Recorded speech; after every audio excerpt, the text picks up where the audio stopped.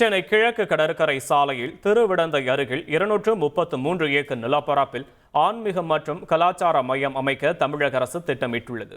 இத்திட்டத்திற்கு மீனவ மக்களிடையே கடுமையான எதிர்ப்பு எழுந்தும் அதை பற்றி கவலைப்படாமல் ஆன்மீக மையம் அமைக்க இந்து சமய அறநிலையத்துறையும் சுற்றுலாத்துறையும் துடிப்பது கண்டிக்கத்தக்கது என பாமக நிறுவனர் ராமதாஸ் எக்ஸ் தளத்தில் பதிவிட்டுள்ளார்.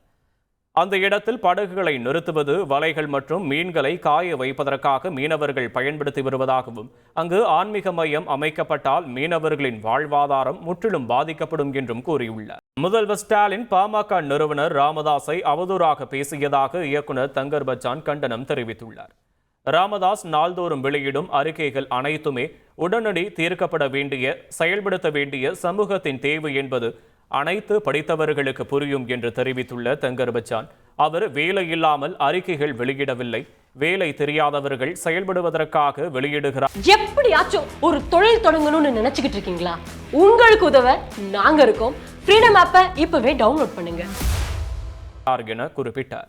இதுவரை எந்த ஒரு அரசியல் பதவியையும் அனுபவிக்காமல் தனி மனிதனாக 6 இடஒதுக்கீடுகளை இந்திய சமுதாயத்திற்கு பெற்றுத்தந்தவர் ராமதாஸ் என தெரிவித்த தங்கர் பச்சான், முதலமைச்சர் செய்தியாளர் கேட்ட கேள்விக்கு பதிலளிக்காமல் உணர்ச்சி வசப்பட்டு இவ்வாறு பேசி இருக்கக்கூடாது என குறிப்பிட்டார். பாமக நிறுவனர் ராமதாஸை முதல்வர் ஸ்டாலின் அவதூறாக பேசியதாக கூறி அவருக்கு எதிராக பாமகவினர் தமிழகம் முழுவதும் போராட்டம் நடத்தியதால் பெரும் பரபரப்பு நிலவியது.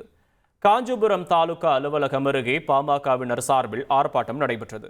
ஆர்ப்பாட்டத்தில் ஈடுபட்ட பாமகவினர் 100க்கும் மேற்பட்டவர்களை போலீசார் வலுக்கட்டாயமாக கைது செய்தனர். கரூர் பேருந்து நிலையம் அருகே அனுமதியை மீறி சாலை மறியல் போராட்டத்தில் ஈடுபட்ட பாமகவினர் குண்டுகட்டாக தூக்கி சென்று கைது செய்யப்பட்டதால் பரபரப்பு ஏற்பட்டது. ராணிப்பேட்டை மாவட்டம் முத்துக்கடை பேருந்து நிலையத்தில் கண்டன ஆர்ப்பாட்டம் நடைபெற்றது.